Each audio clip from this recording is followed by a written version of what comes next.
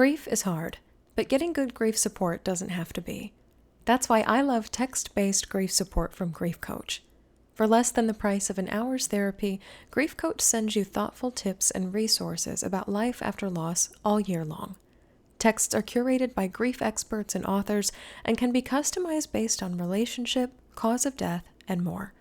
You also receive personalized texts for grief anniversaries and special days, and extra support around the holiday season.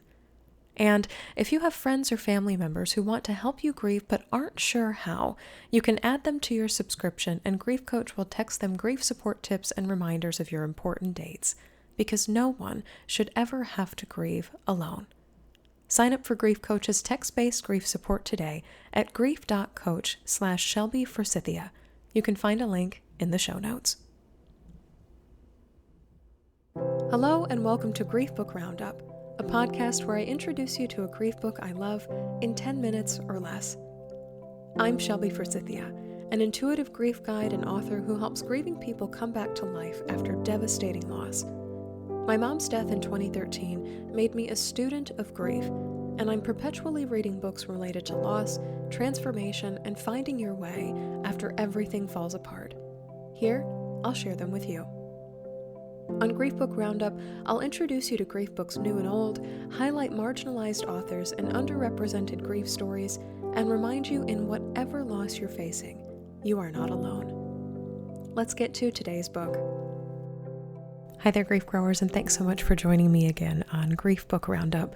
Today, I am bringing you a book called The Way of Integrity by Martha Beck, and the reason I wanted to talk about this book this week is because I literally just mentioned it to one of my Patreon supporters this past Monday, and it seemed to really resonate with her.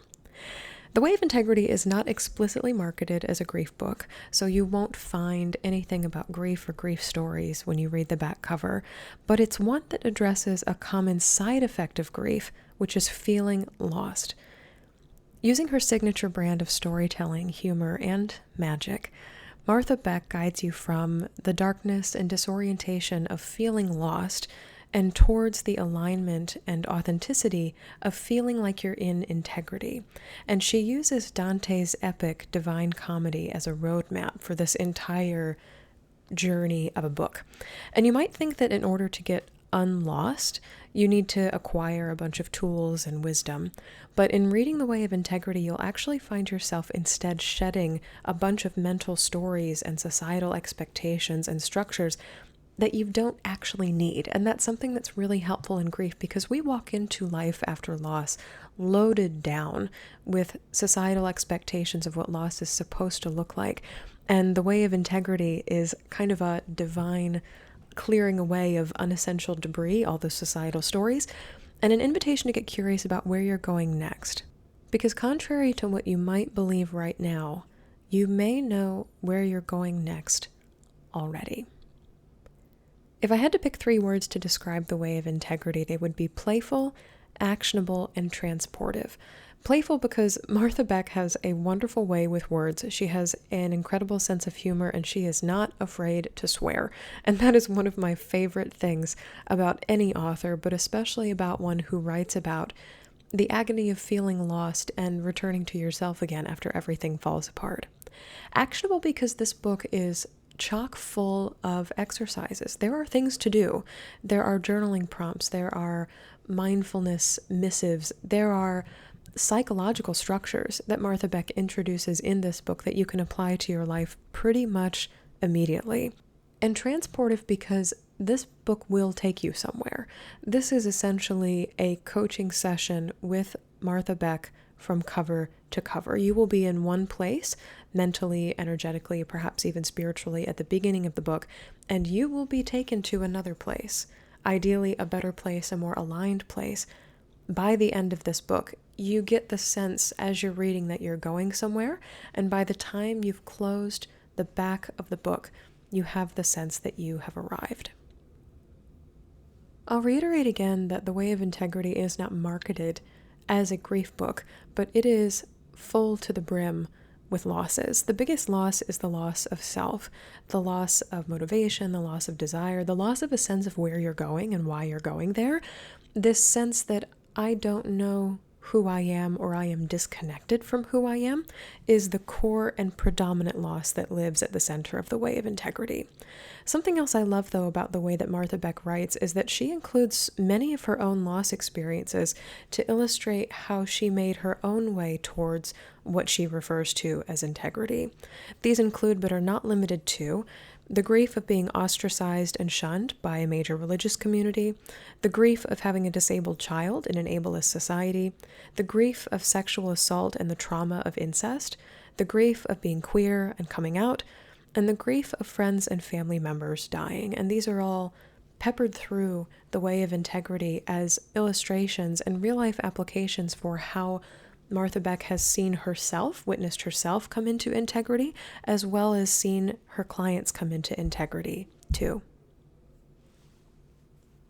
One of my favorite quotes from the book is actually tied to or related to an exercise, so this is going to be a bit of a long one, grief growers. If you can bear with me, you can see the truth that's inside of it, and it's one of my favorite passages of the book. Believing things that aren't true for us at the deepest level is the commonest way in which we lose our integrity. Then suffering arises, not as a punishment, but as a signal that we're being torn apart.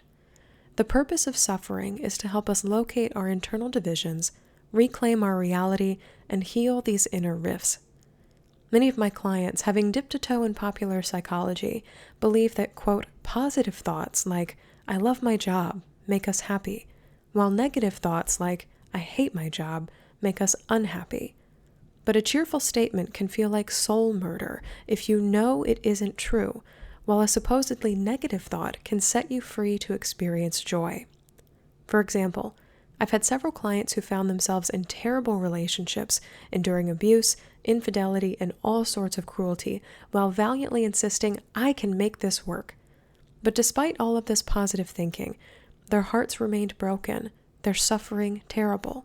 I've seen these folks brighten up, often dramatically, when they allowed themselves to think negative things, like, this marriage has never really worked, or, I think my partner is keeping secrets from me, or, I'm exhausted by this relationship, I need some space.